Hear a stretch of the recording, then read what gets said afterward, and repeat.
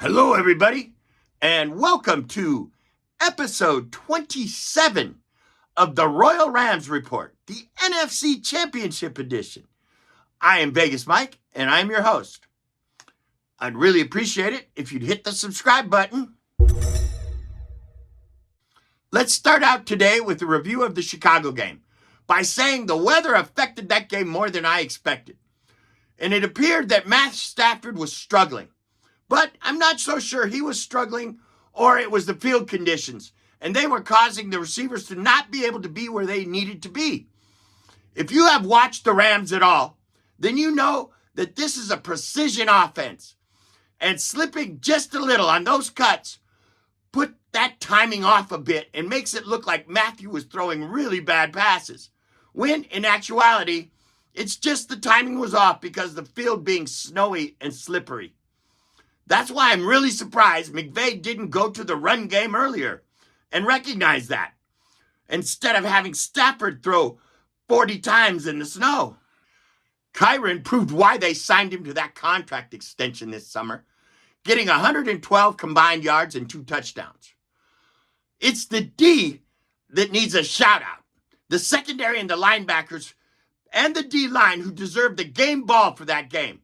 Oh man, is it ever good to have Captain Q back on the field. And Cam Curl, how about him diving on that frozen field for that interception? Wow. Plus, the big hitting D-line making stop after stop on 4th down and landman in space. And how about Kobe Durant getting those 2 interceptions? Yeah, I know he kind of screwed up on that last Chicago touchdown, but let's not forget about the thicker kicker Mevis's game winner. Yeah! But overall, our defense proved to be the difference in this game. Let's start off with our matchup with Seattle. For the 3rd time, the final war. As we always do, we start with quarterback. Matthew Stafford, the MVP, versus Sam Darnold. Advantage goes to the Rams and Matthew Stafford. Next, the running game. This is where Seattle took a big hit by losing Charbonnet last week.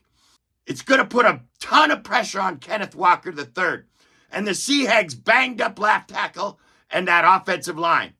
The Rams running backs with Kyren and Corum behind our offensive line with Dotson back is formidable.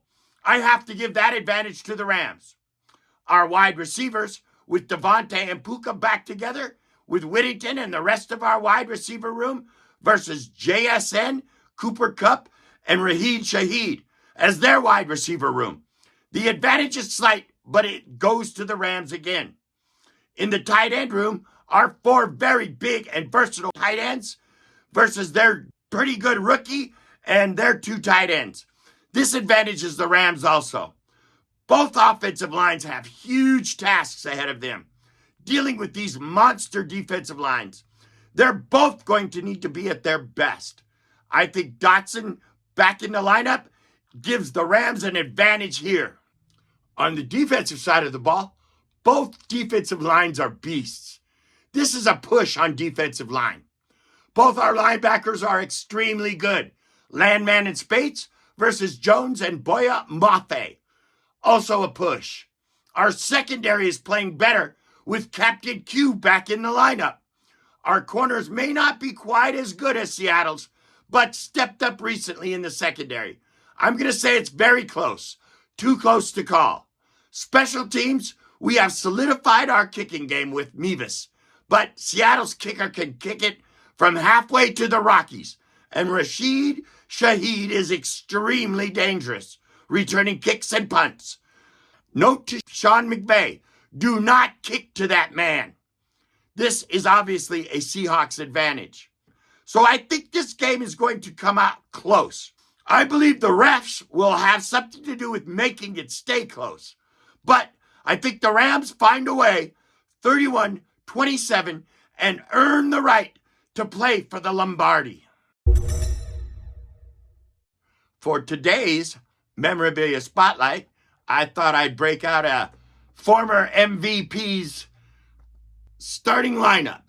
That's right, Kurt Warner's Super Bowl MVP starting lineup with the trophy, which I hope we have 3 of by the end of this season.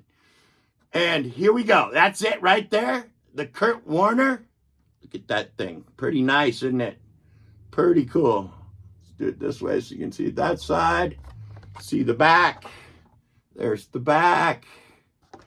Again, these things are awesome. They display great. They display out of the package. They display in the package. And they're still not that much to get them on eBay. So, that's it for this week. I hope you all enjoyed the show. Until we see you again, Rams Royal Guy!